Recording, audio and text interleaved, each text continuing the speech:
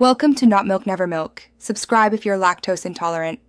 You begin by confirming the exact Helix model and serial number so you download the correct file. Next, make sure the unit has stable 12V power or a fully charged battery. Interruptions will corrupt firmware. Then, install the Humminbird/Min Coda updater on a Windows PC. This tool verifies file compatibility.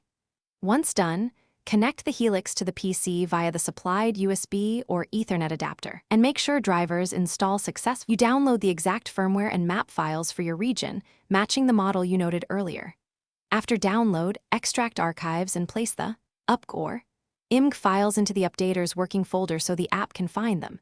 Next, run the updater as administrator on Windows. This prevents permission errors.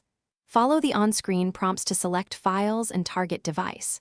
Once transfer begins, do not unplug the cable. Power loss during transfer can brick the unit. You let the Helix complete its reboot and internal map compile. This can take several minutes, so be patient. Then check the unit's About screen to confirm the firmware and map version match what you installed, and verify GPS acquires a lock.